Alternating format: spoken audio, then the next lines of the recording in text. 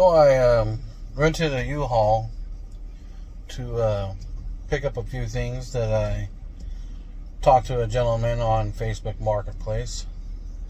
And by the time I got there, he sold everything. So now I'm going to be taking this thing back and drop it off. So yeah, I'm a bit on the pissed off side at the moment. Just slightly. Mind you, I've been in communication with this guy since this morning. It is now 7:30 and I'm on my way back to drop this thing off.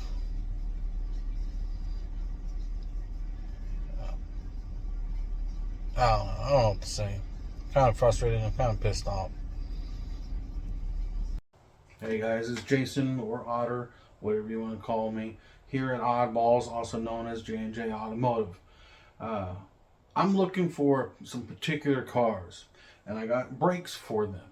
So I'm reaching out to anybody out there that has 1989 Chevy S10 two-wheel drive or four-wheel drive, 1982 Celica, 1993 Honda Accord, I believe.